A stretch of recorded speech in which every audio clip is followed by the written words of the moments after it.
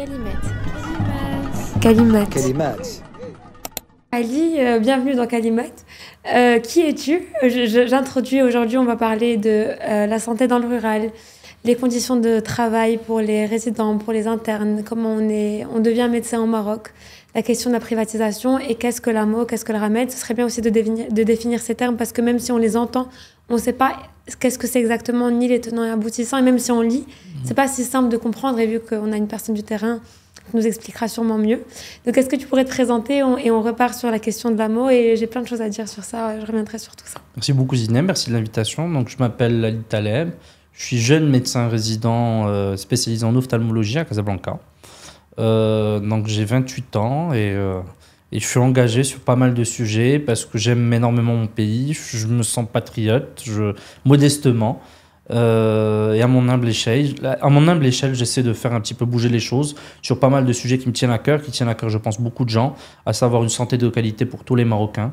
À savoir l'équité devant la santé, que le citoyen qui n'a pas de revenus, qui est chômeur, puisse avoir accès à la même qualité de soins que celui qui a de l'argent, qui va aller en clinique privée. Donc l'équité, l'accès égalitaire à la santé, une meilleure gouvernance de santé.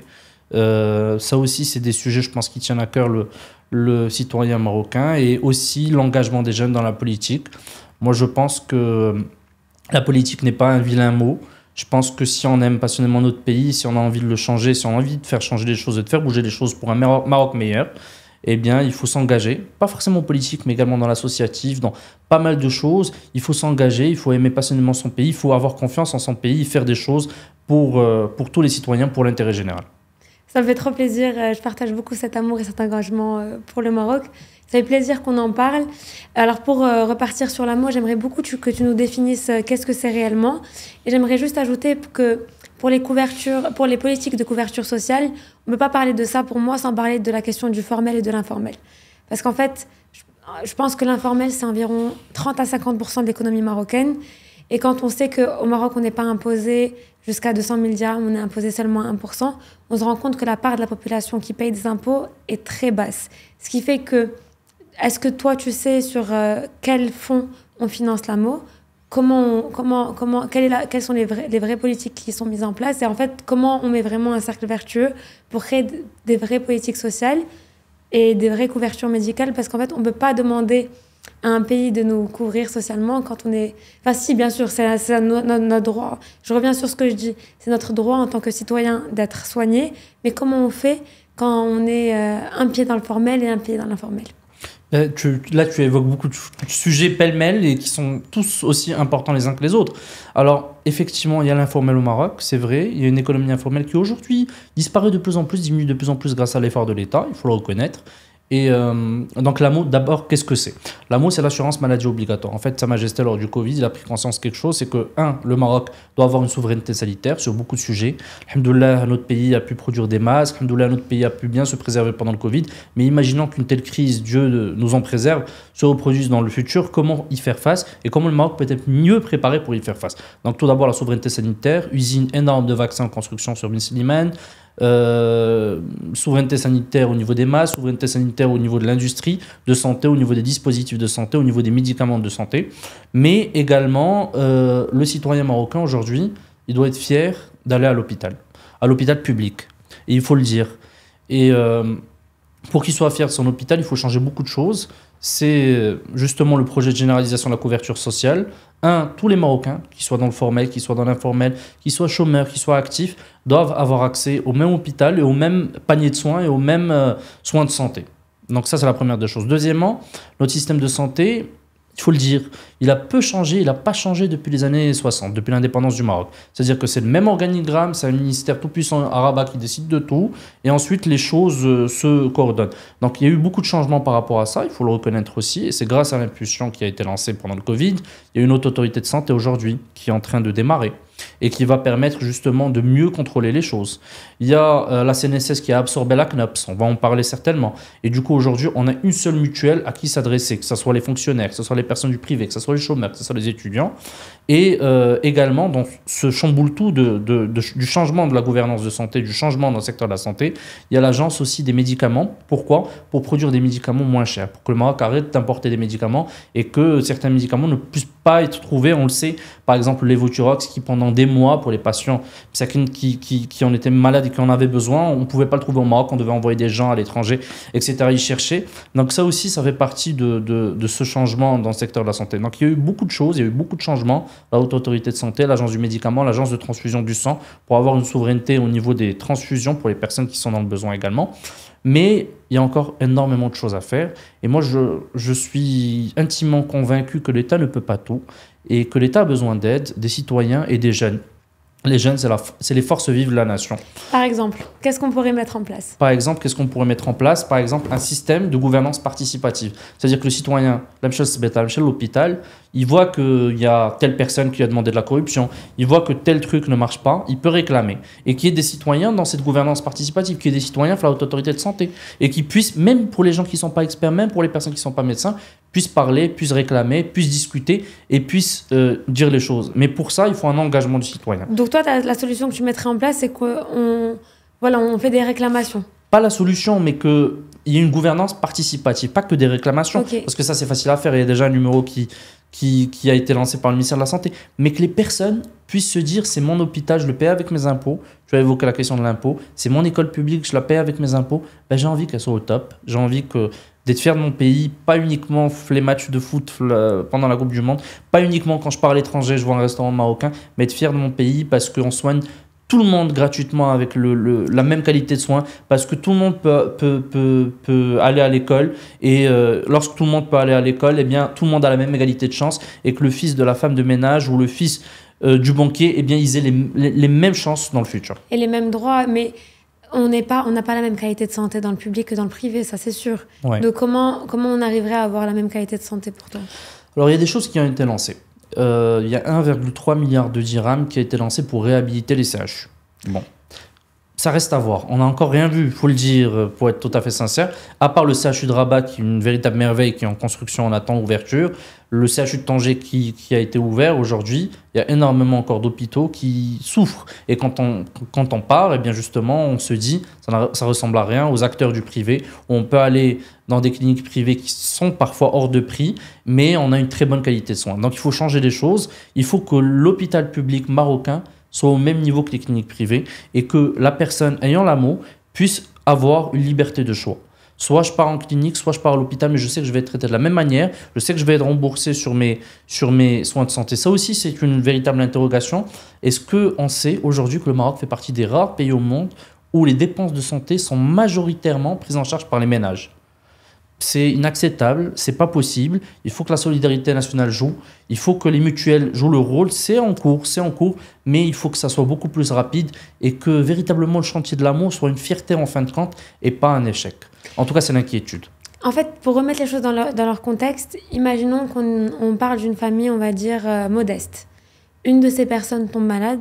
Quand une de ces personnes tombe malade, ben, c'est la catastrophe. Ça veut dire que la clinique.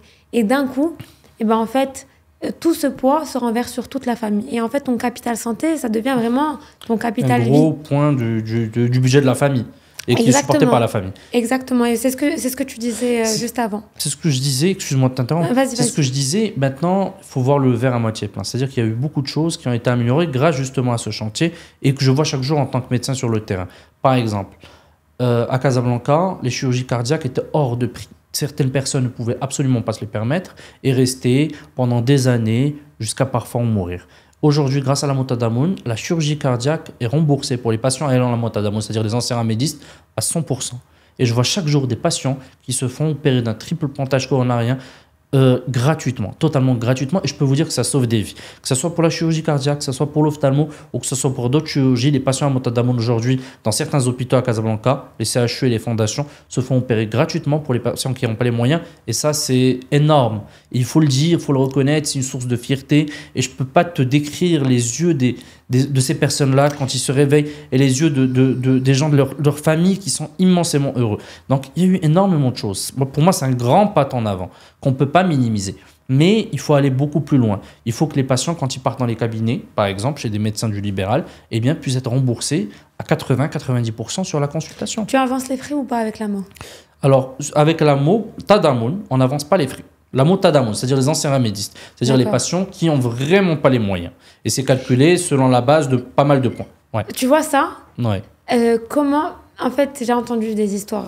Je ne peux pas te dire c'est combien de personnes, c'est quoi le pourcentage, mais comment tu sais que tu peux accéder à l'AMO? Alors, c'est une avancée également qui a été permise par la loi cadre du système de santé. Ça s'appelle le registre social unifié. Et le registre social unifié, à partir de pas mal de points, c'est un système de points qui serait un peu compliqué aujourd'hui à décrire, eh bien, il voit si telle famille est éligible à l'AMO. Et en fait, ça a été inspiré d'un système indien en Inde où, grâce à cela, ils ont pu couper certaines subventions pour vraiment les consacrer aux familles nécessiteuses. Pourquoi c'est important? Parce qu'au Maroc, il y a quelques années, sous le gouvernement de Mkhitaryan, la caisse de compensation a arrêté les subventions dans pas mal de produits de base, ce qui fait que ça a augmenté, notamment le prix du pétrole de l'essence, quand on part à la pompe à essence. Ce qui fait que ça a augmenté, ça a créé un autre scandale. Bref, longue histoire. En tout cas, en arrêtant ces subventions-là, ça a permis à l'État de les reverser vers ces patients à Motadamoun. Et l'État a calculé que c'était environ 51 milliards de dirhams par an. Okay. Qui allait être déversé du budget de l'État pour les familles nécessiteuses à travers le système de santé, à travers des allocations également de vieillesse, des allocations pour les enfants. C'est en train d'être mis en place et c'est grâce à ce registre social unifié. Donc c'est grâce à ça, et moi je fais entièrement confiance au service de l'État, qu'on peut déterminer si telle famille est éligible aujourd'hui ou non à l'AMO. Et je pense que c'est un système de solidarité qui est bien plus efficace que les subventions sur certains produits de base qui finalement bénéficient certes aux familles nécessiteuses, mais bénéficient aussi et surtout aux familles qui sont plus riches, qui peuvent se permettre d'acheter ces produits-là, non pas à prix subventionné, mais à un réel prix. C'est très bien que tu parles de la question de la confiance. Est-ce que tu sens que le Marocain, on va dire un Marocain lambda, est-ce que tu sens qu'il a confiance en son système de santé? C'est une très bonne question. Et j'avais écrit une tribune sur ça. Est-ce que le Marocain a confiance en son système de santé? Tu sais, moi, il y a un économiste marocain, il n'y a pas beaucoup de personnes qui m'ont autant inspiré, qui s'appelle Youssef Saadani, qui est économiste, qui est directeur adjoint à la CDG, et qui a beaucoup parlé de ça, de la question de confiance. Il a dit qu'en fait, c'est comment on peut mesurer que le système de santé est bien. C'est pas à travers le nombre de médecins, c'est pas à travers le nombre d'infirmiers, c'est pas à travers le nombre d'interventions qu'on effectue par an, mais c'est à travers la confiance. Est-ce que le Marocain a confiance en son école? Est-ce que le Marocain, in fine, a confiance en son hôpital? Et pour cela, il faut cette gouvernance participative, c'est-à-dire des citoyens tirés au sort, choisis, sélectionnés, élus, une dizaine de citoyens de tous les secteurs, pas uniquement pour l'hôpital, mais également pour d'autres secteurs à forte valeur sociale, vont dire: enfin, vous avez bien fait les choses. Quand on rentre à l'hôpital, que ce soit l'hôpital régional, de proximité, le centre de santé, eh bien, on sent que c'est bien. Donc, c'est le citoyen qui, lui, doit avoir le dernier mot pour cette question de confiance et pour dire: est-ce qu'on a réussi ce pari? Est-ce qu'on a réussi le pari de redonner confiance en le citoyen marocain, en son service social? Et j'irai plus loin. Quand on parle de l'hôpital, quand on parle de l'école, on ne parle pas de bâtiments, on ne parle pas de lieux, on parle de l'unité. Tu en parlais tout à l'heure et tu disais que c'était le but de Kalimat, l'unité. Et Youssef Saadani est allé encore plus loin, il a dit qu'en fait le problème du Maroc, pourquoi le Maroc ne devient pas un pays émergent alors qu'on a des infrastructures extraordinaires, le port de Tanger-Med, les aéroports, il y a énormément de choses qui se font, pourquoi le Maroc n'arrive pas à atteindre l'émergence? C'est à cause de ce problème d'unité. Je développe. L'unité, parce que le Maroc est divisé sur le plan géographique. Non pas par des lignes, non pas par des routes, mais divisé sur le plan de l'accès aux services publics. À partir du moment que tous les citoyens marocains auront droit aux mêmes services publics, l'école, la santé, principalement, eh bien, on n'aura pas l'unité et le Maroc ne pourra pas atteindre l'émergence. Et moi, je pense que c'est essentiel. C'est pas comme disent certains, un gouffre, la santé. On l'a vu à travers la crise du Covid, l'école non plus. Si on ne donne pas les mêmes chances à tous les Marocains d'accéder à la même école de qualité, d'accéder au même hôpital de qualité, eh bien on crée de la division. On crée de la division sociale, on crée de la division entre les personnes, entre les villes, entre les régions, et on n'arrivera pas à atteindre l'émergence en tant que pays. Et il n'y a pas d'unité. Et qu'est-ce qu'un pays sans unité? Si l'épisode vous a plu, je compte sur vous pour le partager à vos amis, à votre famille et à vos proches. Et à bientôt sur Kalimat.